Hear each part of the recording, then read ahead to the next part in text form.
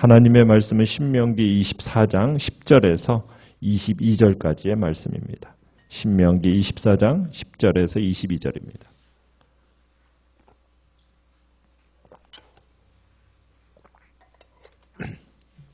신명기 24장 10절입니다.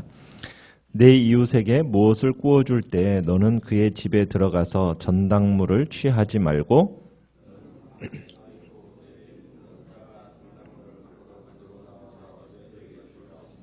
그가 가난한 자이면 너는 그의 전당물을 가지고 자지 말고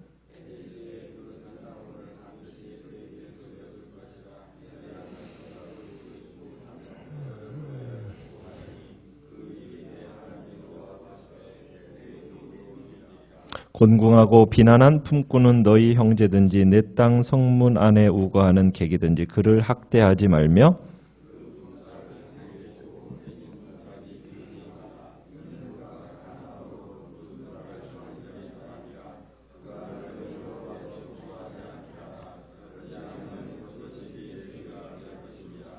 아버지는 그 자식들로 말미암아 죽임을 당하지 않을 것이요 자식들은 그 아버지로 말미암아 죽임을 당하지 않을 것이니 각 사람은 자기 죄로 말미암아 죽임을 당할 것이니라.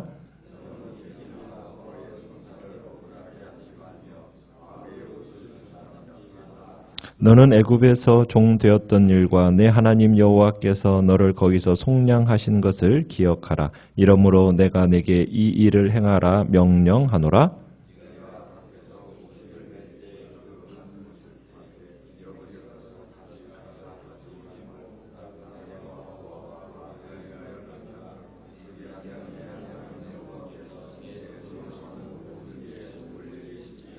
내가 내 감람나무를 떤 후에 그 가지를 다시 살피지 말고 그 남은 것은 객과 고아와 과부를 위하여 남겨두며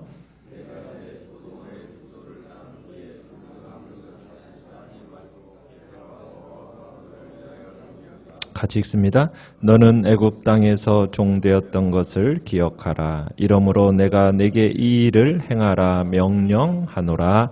아멘. 오늘 말씀의 제목은 주님 시선 머무는 곳에 내 시선도 머물기를 이라는 제목으로 말씀을 나눕니다. 우리가 신명기를 읽어보면 돈을 구워줄 때 채권자가 채무자에게 자비와 긍휼을 베풀어야 한다는 것을 누누이 강조해 왔습니다.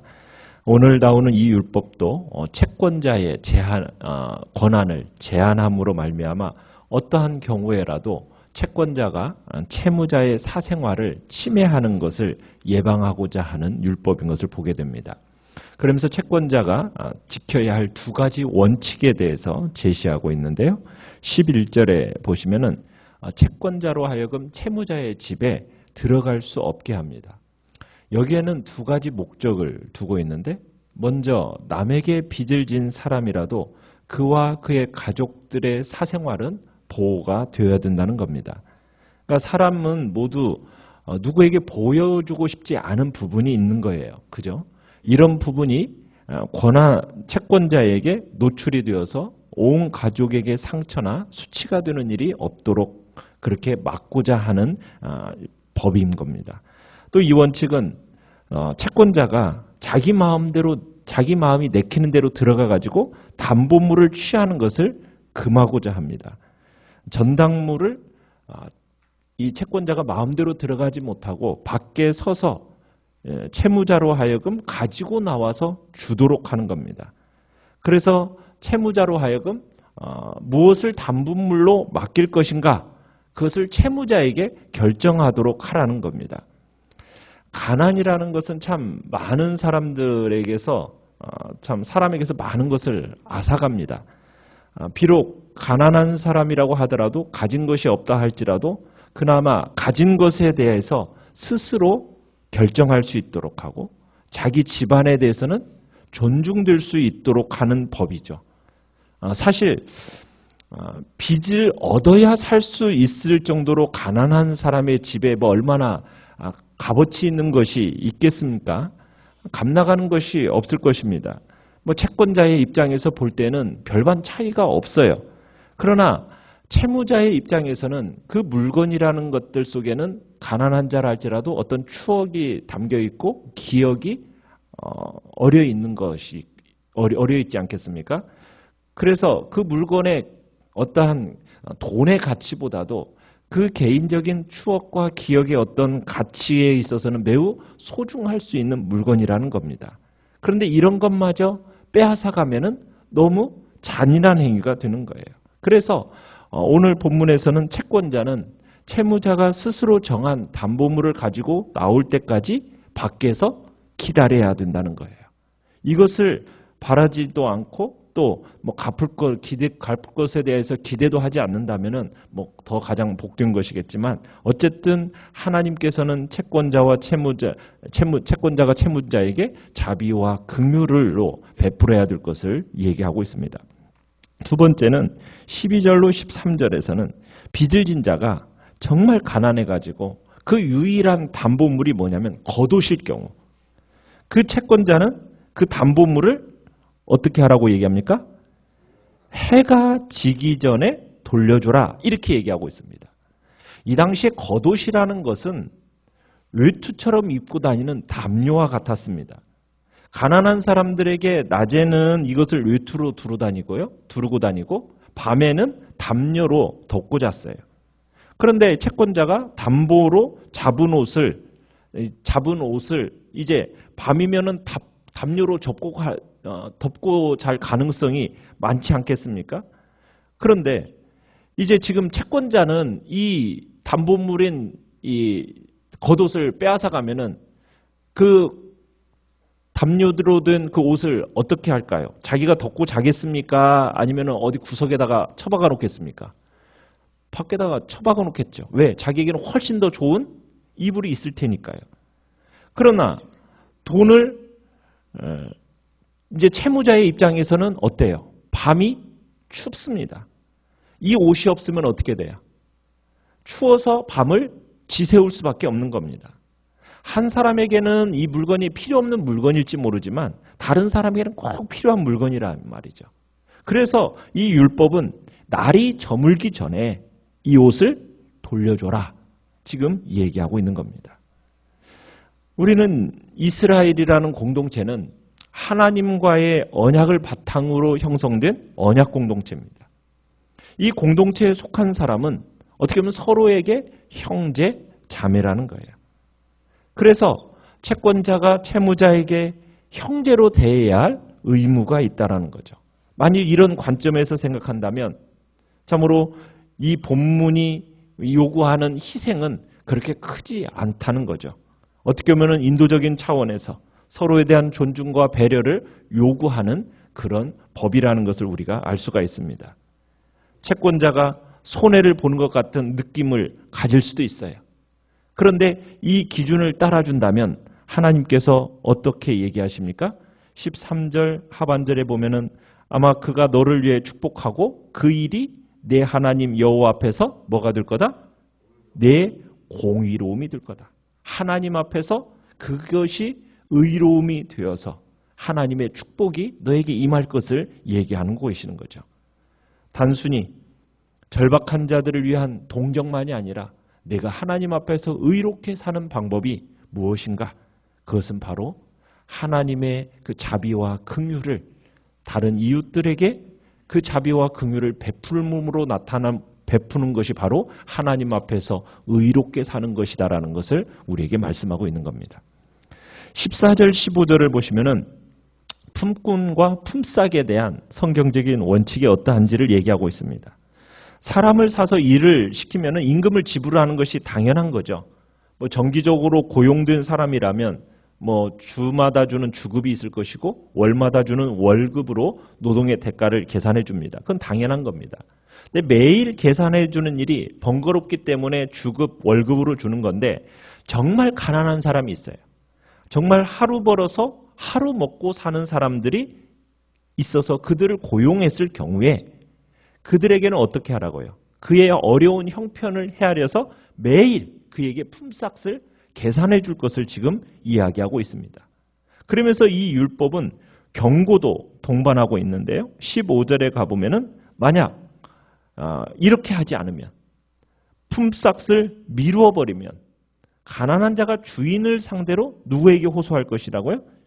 여호와께 호소할 것이라는 겁니다. 가난한 자가 하나님께 울부짖으면 그것이 뭐가 된다고요? 내게 죄가 될 것이다. 이렇게 얘기하고 있습니다. 아까는 채권자가 채무자를 존중하고 배려하는 것은 하나님 앞에 뭐가 된다고요? 공의로, 의로움이 될 것이라고 얘기하고 있지만 이 규례와 대조적으로 고용자가 고용인에게 적절한 품값을 제대로 주지 않는 것에 대해서는 하나님 앞에서 죄가 된다라고 이야기합니다. 결국 이 규례는 이스라엘 사람들만을 위한 규례가 아니라 그들 중에 사는 이방인들에게도 허용되는 동일하게 적용되는 이제 규례라고 얘기를 합니다. 그래서 이 언약 공동체는 어떤 공동체인가? 바로 인간미가 있고 서로에 대한 배려가 있는 공동체다. 서로를 위한 용납과 배려가 없다면 그곳에는 하나님의 은혜가 있는 것이 아니다. 하나님의 공동체는 은혜가 있는 공동체라면 용납이 있고 배려가 있는 공동체가 진정한 하나님의 공동체임을 이야기하고 있습니다. 또 17절에서부터 이제 보게 되는 내용은 성경에서는 사회적 약자들이라고 해서 상징적으로 이야기하는 세 부류가 있습니다. 그들은 누구라고 얘기합니까?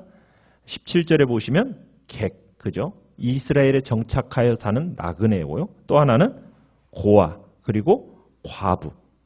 이 객과 고아와 과부에 대해서 성경은 사회적인 약자로서 이야기를 대표적인 상징적인 사람들로 이야기를 합니다. 하나님의 백성은 이런 사회적인 약자들을 결코 학대해서는 안 된다는 거예요. 차별해서도 안 되고 그리고 공평과 정의로 보살펴줘야 될 것을 요구합니다. 특별히 이 부분에 있어서 17절에 보면 객이나 고아에 무엇을요? 송사를 억울하게 하지 말라. 그러니까 법정에서 이러한 약자들이 차별 대우를 받아서는 안 된다는 거예요. 사회적 약자들의 정말 복지에 정말 관심을 가지고 있는 책이 바로 이 신명기인데 특별히 이스라엘에 정착하여 사는 이 이방인들, 객들인 법정에 서면은 부당한 대우를 받아서 불공평한 판결을 받을 확률이 매우 높았어요. 왜 그렇겠습니까? 아직 이스라엘 사회에 완전히 적응한 사람도 아닙니다. 법에 대해서 잘 알지도 못해요. 그러니 불공평한 판결 받을 확률이 높죠. 또 거기다가 고아도 어떻습니까? 고아라고 하니 뭐 어떤 격식 있고 명쾌하게 자기를 변호해 줄 뭐 변호사를 선임할 수도 없는 거고 그런 어른도 없습니다. 그러니 부당한 대우를 받을 수밖에 없는 거예요. 또 17절에서 누구의 옷은 전당하지 말라? 과부의 옷을 전당해서는 안 된다고 얘기합니다. 과부는 가뜩이나 참으로 먹고 살기 힘들어서 어떻게 보면 빈곤의 벼랑 끝에 서 있는 사람입니다. 그런데 그 사람의 옷을 저당 잡는다는 것은 무슨 얘기예요? 그 사람을 참으로 밀어버리는, 그 벼랑 끝에서 밀어버리는 무자비한 행위라는 겁니다. 하나님은 이런 일을 법적으로 막고 계시는 거죠. 법 앞에서 모든 사람이 공평해야 할 뿐만 아니라 이 법 앞에는 눈물이 있어야 된다는 거죠. 공평과 정의라는 것은 그저 피고가 한 대로 갚아주는 것만이 공평과 정의가 아니라는 거죠. 때로는 정상을 참작해서 그 사람이 살 수 있도록 판결을 내려주는 것이 정의다라는 것을 이야기합니다.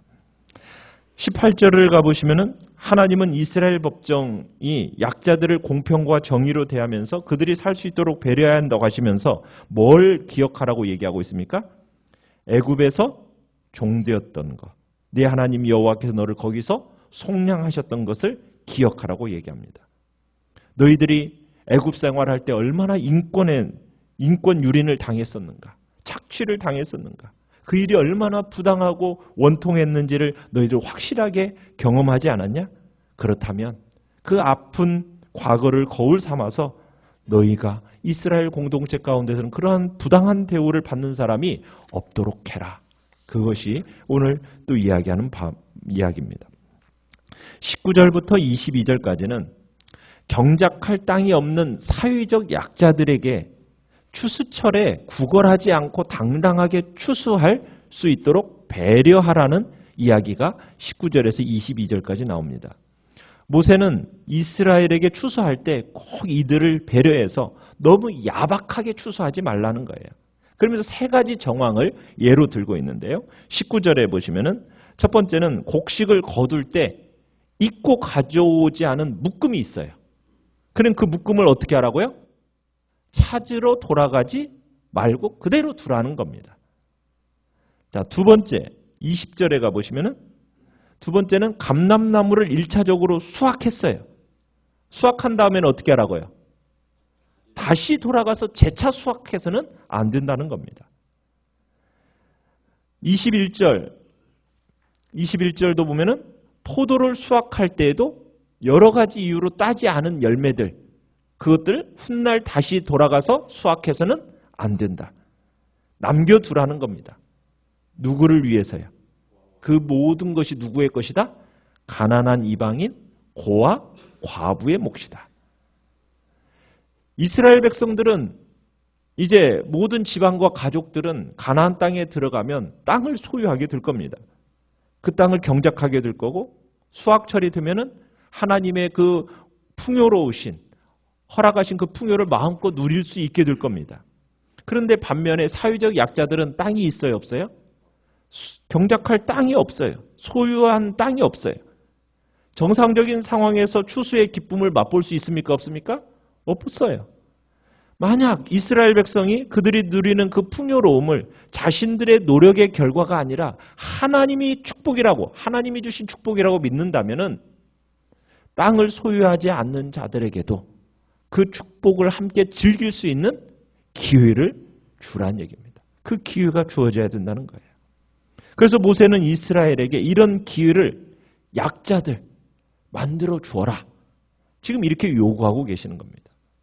추수하는 일꾼들이 지나간 자리에 정말 곡식 잎사귀도 조금 떨어뜨려 놓고 감람나무, 포도나무의 열매도 조금씩 남겨두어서 평소에는 다른 사람들의 적선으로 어떻게 보면은 먹고 사는 자들이 이때만은 당당한 농부가 되어서 정말 기쁜 마음으로 그들도 출수할 수 있는 그런 권리를 그들에게 부여해 주어라.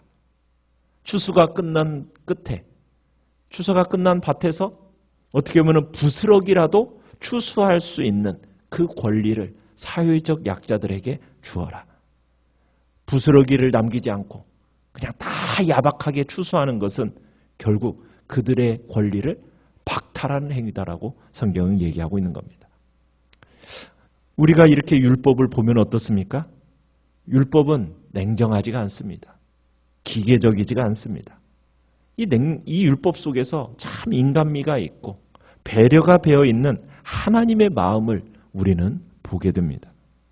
이스라엘이 이렇게 해야 되는 이유가 무엇이라고요? 맨 마지막에 이야기할 때 항상 얘기하는 게 지금 뭡니까? 무엇을 기억하라고요? 너는 애굽 땅에서 종되었던 것을 기억하라. 너희가 애굽 사람들에게 혹독하게 당했던 그 착취와 학대, 정말 생존을 위협하는 그 절박한 상황, 그 상황을 하나님의 은혜로 너희들이 탈출하지 않았느냐. 지난 40년간의 그 광야 생활 속에서 멸망당할 수 있는 그런 환경 속에서 하나님의 보호와 인도하심으로 너희들이 여기까지 오지 않았느냐. 너희들의 삶을 돌이켜볼 때 하나님의 은혜의 연속이었다라는 것을 세상 누구보다도 너희가 잘 알지 않느냐. 하나님의 은혜가 무엇인지를 체험해 본 사람이라면 이제 이 율법에 따라서 하나님의 은혜를 입은 자답게 은혜를 베푸는 자로, 자비와 긍휼을 베푸는 자로 이 땅을 살아가라. 하나님이 너희에게 자비로우셨던 것처럼 너희도 서로에게 자비로워라. 이게 하나님께서 우리에게 주시는 율법인 겁니다. 오늘 한날 우리도 고통당하는 자들에게 주님의 마음으로 품고 돌보는 그런 복된 자리에 우리가 있게 해달라고, 이웃에게 나눌 수 있는 넉넉한 마음이 우리 안에 있고 자비와 긍휼의 마음으로 이 땅을 살아갈 수 있게 해달라고, 하나님의 마음으로 우리의 마음이 풍성해지도록 위해서 이 시간 기도하며 나가시겠습니다.